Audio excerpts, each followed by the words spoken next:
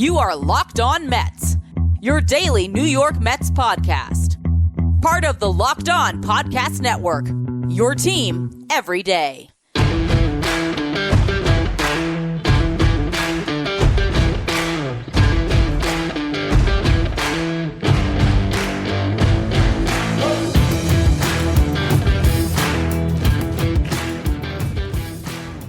Hello to all you amazing Mets fans. You're listening to Locked On Mets, part of the Locked On Podcast Network, your team every day. Thank you for making Locked On Mets your first listen every day. Locked On Mets, free and available on all platforms, including YouTube. If you're tuning in on YouTube today, this will be my last audio-only show for my vacation. I'll be back home tomorrow bringing you your normal content. And we got a very interesting show today. First segment, we're going to talk about David Wright, and that's going to be a nice, positive, happy, great time to discuss what was an awesome celebration of Wright to have his number 5 retired. Then the second segment, we got to talk about the game that was just not very good at all, and once again, very frustrating. Before we get to any of that, though, I'm your host, Ryan Finkelstein. I've been covering the New York Mets on this show since the 2019 season. It's the only podcast that covers the Mets 7 days a week throughout the regular season. If you want to find some of my written work, you could do so over at justbaseball.com. Now, as I sit here in my car doing a podcast, I'm struggling to figure out where I can add to what has just already been the perfect celebration of David Wright. I mean, what stories can I add that haven't already been told? How can I further the narrative on what we've all gotten to enjoy, which is just the perfect celebration of a franchise icon? And this is where the Cohens have separated themselves as owners, and this is how they've turned the New York Mets to a first-class organization, because they just do things the right way. Every part of the David Wright celebration has been perfect. Outside the game, after the induction, but everything about it. You know, you watch, and they introduce his family and his former teammates and managers, and then David Wright comes out, and I'm ready for him to, come in from center field and salute the crowd that way. And of course, they have him come out from his third base side, and he gets to third base, and it's painted gold, and he stands on it, and he bows to the 4 corners of the ballpark, akin to Tom Seaver, as they pointed out in the broadcast, a tribute to the franchise, the GOAT, still the greatest Met of all time. But David Wright is forever going to be, I think, actually, the greatest position player in franchise history. And I talked about this a little bit on yesterday's show, about how Francisco Lindor and Juan Soto, these are guys that could ultimately pass David Wright in accomplishments. But one thing that they won't do, and one thing that won't be done until potentially a Brandon Nimmo or a Pete Alonso, or maybe somebody coming in the future, he's the first Met ever to have played his entire career with the New York Mets. You have a Tom Seaver who, unfortunately, got traded. So he didn't spend his entire career with the Mets, even though he should have. You have incredible players that started their careers elsewhere and then found homes with the Mets, and Mike Piazza, Keith Hernandez. You had other guys that got off to incredible starts that unfortunately left. Darryl Strawberry, Doc Gooden, Kuzman. But you have David Wright, who is just perfection in a ball player. And no, he did not get a hit every time. Like every other baseball player, he failed a bunch. But he was the best at his position. And if you look at his peak, he was a Hall of Famer. Whether he gets in or not, who knows? That's going to be decided by baseball writers, and I'm glad he's still on the ballot, and it might one day come down to a veterans committee. And if at some point David Wright does get into Cooperstown, I promise you this, I will be there for that induction ceremony.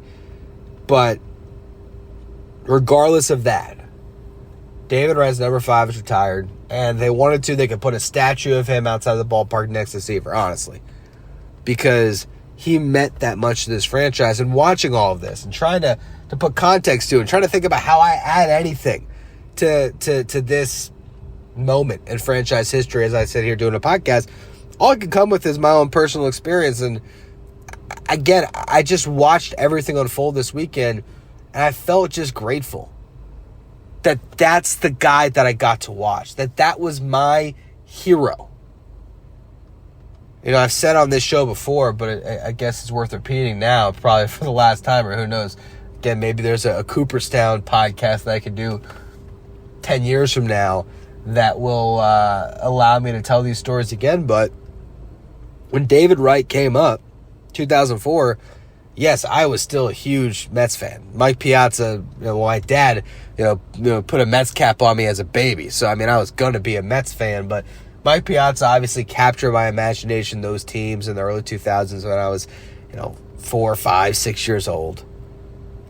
I remember when Wright came up, I was wondering what's going to happen to Ty Wigginton because that's how much of a fan I was. I'm like, Ty Wigginton's good. They have a third baseman. What are they going to do with him? And then you started to watch David Wright play. It's like, okay, well, who cares about Ty Wigginton? That's old news. It's David Wright. He has that position. Him and Jose Reyes were just this incredible tandem that I got to watch when I was not only at the peak of, my Mets fandom as a kid who was just so obsessed with the game, but at a time where I was playing baseball and I was getting serious and I was playing travel. I started playing travel baseball when I was 9 years old. Probably, I think it would have been 2005. And when I finally got on a travel baseball team and you get the opportunity at that point in a way that I did in Little League to pick your number, and in Little League, it's like, all right, what size fits you? And then pick your favorite number of the bunch. But when you're on a travel baseball team, you get your name on the back and you get to pick a number. And there was no doubt in my mind which number I was picking. I was going to be number 5. And, you see Mark Vientos' Twitter account. It's like, whatever it is, M Vientos or whatever, but he's got the number 5 in that Twitter handle because Mark Vientos grew up a Mets fan. And so Vientos grew up idolizing David Wright just like I did, just like so many, fans did of our age bracket who just got to watch this guy put together a career where, again, there was no misstep. There was nothing that you could say to ever criticize David Wright. When you got to watch it with every interview, every hit that he did, throughout this weekend, it's just a humble, gracious, incredible man. That's it. That's David Wright. And I think the simplest way to summarize his legacy is the fact that of all those jerseys that are retired, you go through them all, Seaver and Piazza, a couple of Hall of Famers. Neither of them spent their entire career with the Mets. Tom Seaver should have, but he got traded.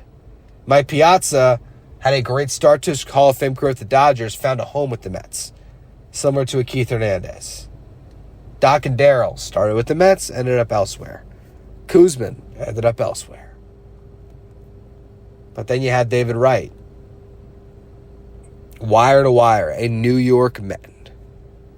And yeah, of course, he didn't win the World Series. He didn't win an MVP, but those are the only two things he didn't do in a Mets uniform. And he could have done both. He could have won an MVP if you look back at some of the stats and some of his best years in 2005 or in 2006. He certainly played on some World Series caliber teams, and he was a central figure on those teams. 2006 was right there with Beltran as the best players. 2015, he was on his last legs, but man, did he have some special moments on that run, and he was the leader. He was the heartbeat. David Wright just means everything to this fan base. And it was awesome to see him get his due. And it was tough to watch it without bawling, crying, because there's never been and there never will be another sports figure that means as much to me as David Wright. It's that simple. He's who I wanted to be. And I'm just so happy that he got this honor, and we knew it was going to happen. But it was just great to watch it happen in the perfect way. For everything to go great until they play the baseball game. So that's what we're going to talk about next. How the Mets game after that's really tested our patience. So we'll get into all of the bad about the baseball game after we had just honored the great David Wright. We'll talk about all that stuff here in just a minute.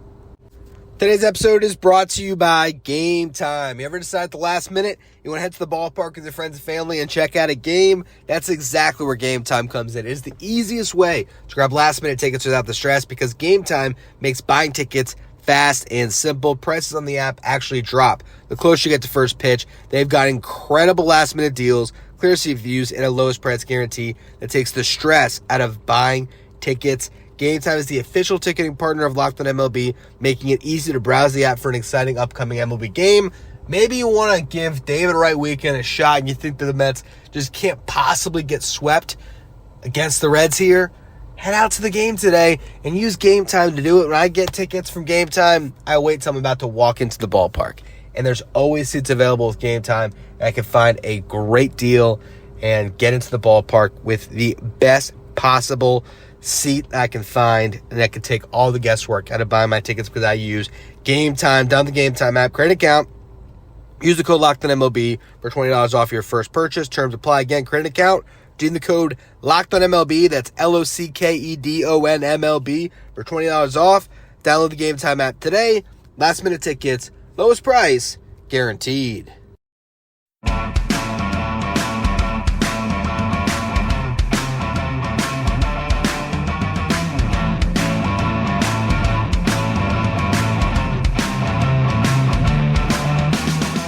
If you're an everydayer that always tunes into the show, make sure you become a Locked On Mets insider. This is our text and service where you get updates from me. Anytime news breaks in the match, you can ask me questions anytime. Take part in our Locked On Mets sign photo giveaways and a live graphic sent to your phone each day. So you know the starting lineup without ever having to go on social media. If you want to be a Locked On Mets insider, find a link in the episode description. Go to subtext.com/LockedOnMets. So now let's talk about the baseball game that took place. It's a lot less fun than talking about the David Wright part of Saturday. A brutal game. And once again, the Mets get out to an early lead against the Reds. First inning, you have Clay Holmes, solid frame, strikes out 1-2-3 inning. Brandon Nimmo get the leadoff single. Couple strikeouts from Lindor and Soto, but then Pete Alonso with a 2-out knock. And Mark Vientos, first pitch swinging, drives in the first run of the game for the New York Mets. Another scoreless inning in the second for Clay Holmes. And then in the bottom half, Baty leads things off with a moonshot of a home run. His 10th of the season, 110 miles per hour off the bat, traveled nearly 400 feet. So the Mets are up 2-0. All right, cool. It's going to be a nice, easy, breezy game. And then just ugly baseball. Because, sure, you can say, oh, well, Clay Holmes didn't get through 6. Once again, a Mets starting pitcher not named David Peterson is unable to give the team length. And you look at the final line. Goes 5 1/3. Gives up 6 hits, 5 runs, 4 of them earned, 2 walks, 3 strikeouts. You might think, oh, it's all on Holmes. Just a bad start. That's why the Mets lost the game.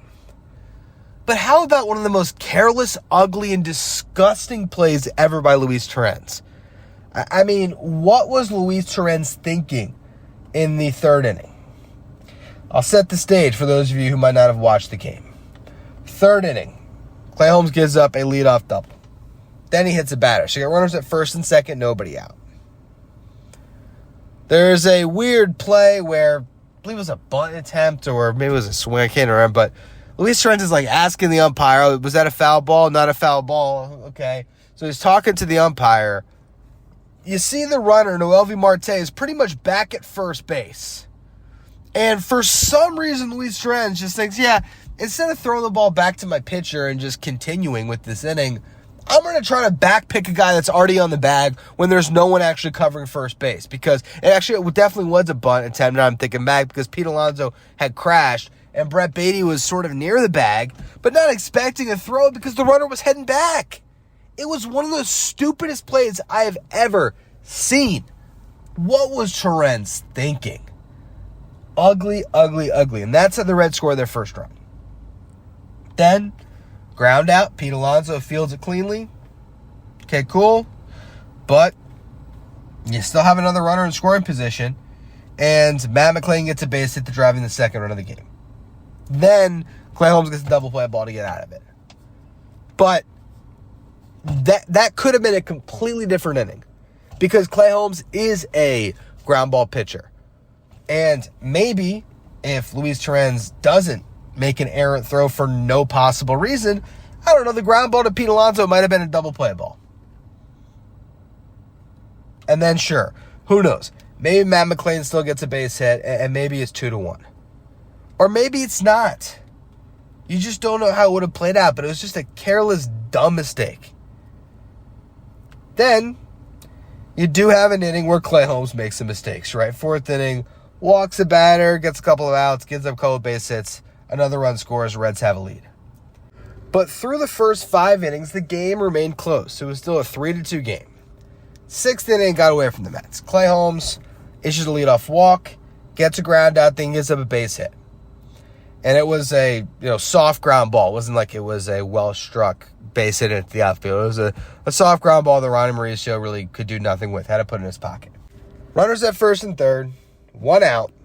Carlos Mendoza doesn't want a game to get away from him. I wish he had a similar sentiment the night before, but whatever. So, 3-2 game. This time he goes to his A reliever. He's going to bring in Reed Garrett to try to pitch the Mets out of the jam. And Reed Garrett gets a ground ball that was a tailor-made double play with the catcher Tyler Stevenson running. And Ronny Mauricio fields it, makes a horrible throw to second base, and Brett Baty just did a great job keeping his foot on the bag and at least getting it out. But that should have been a double play ball that got the Mets through that inning with the score still at 3-2. Instead, the inning's extended, a run comes home on the play. Jake Fraley hits a double off Garrett, and it's 5-2 Reds. And that would be your final score. Those 2 plays by Torrens and then Mauricio were just brutal. Absolutely brutal. And then we get to the 9th inning. The 9th inning, you have the Mets rally. They have a chance to win the game. It all sets up for Juan Soto, this critical at-bat, where you had Luis Torrens leads things off with a base hit. Brandon Nimmo draws a walk. Francisco Lindor does hit one sharply, but a great play by Spencer Steer to stop it and get it out. Lindor beats out the double play. So now you have runners at first and third, and Juan Soto is up for this critical at-bat. Well, there's one point in the at-bat where Juan Soto's sitting 3-1, and it was a clear pitch clock violation. But it kind of like they brought it up in the broadcast, similar to how a quarterback called a timeout after the clock hit 0 on a delayed game and the refs gave it to him. That's what happened. Catcher calls a timeout. Instead of a pitch clock violation that would have loaded the bases for Pete Alonso with 1 out, and also got Mark Vientos a crack at it too, potentially.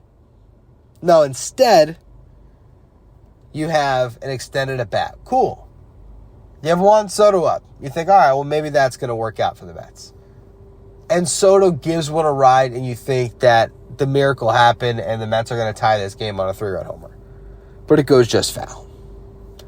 Then Soto strikes out on a check swing. He did not go on that check swing. But they call it.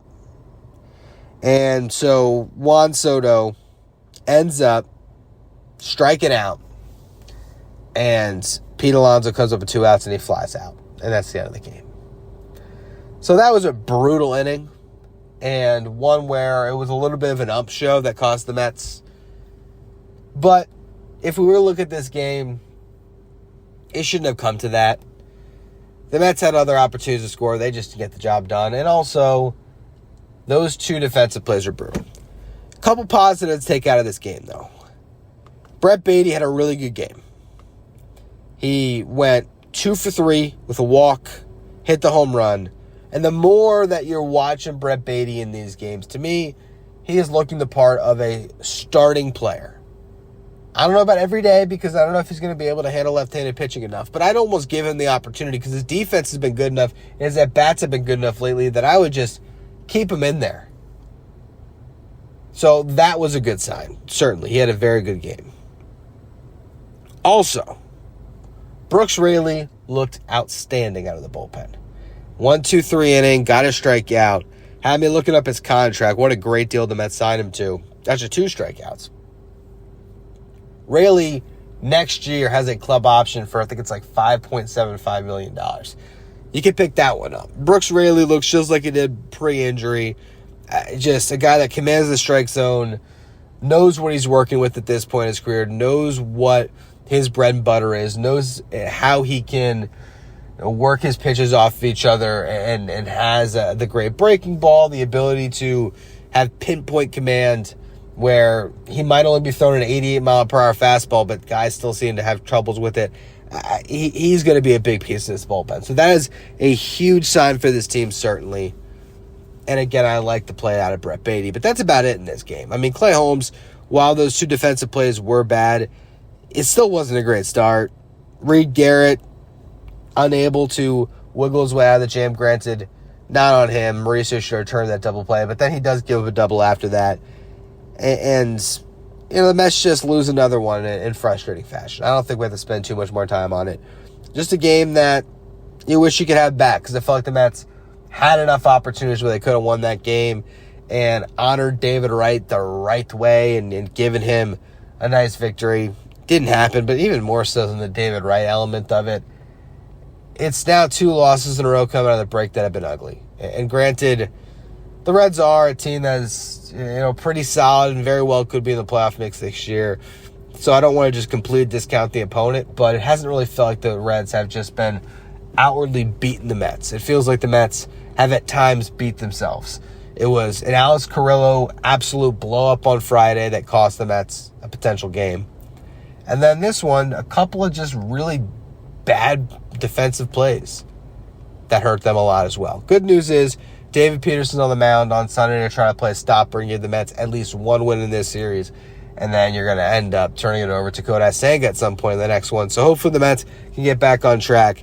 But that was a very ugly baseball game on what was otherwise an awesome day in Mets franchise history. So it is what it is. I will be back on another show tomorrow, breaking down everything we see on Sunday and previewing the upcoming series ahead. I appreciate all of you who have tuned in across this week where I have been out of town. For those of you who are tuning into all those trade deadline shows earlier on in the week, and then of course those of you who have took your time out of the weekend to listen to Locked On Mets for these audio-only shows, really do appreciate it. As always, make sure you follow, rate, and review wherever you get your podcasts. If you're watching on YouTube, hit that subscribe button. Thank you for making Locked On Mets your first listen or your first watch every day. Now for your second watch, check out Locked On Sports Today on YouTube. It's the first ever 24/7 streaming show that covers absolutely everything in the world of sports with a local experts from each team, league-wide experts from each league. Find Locked On Sports Today streaming 24/7 on YouTube.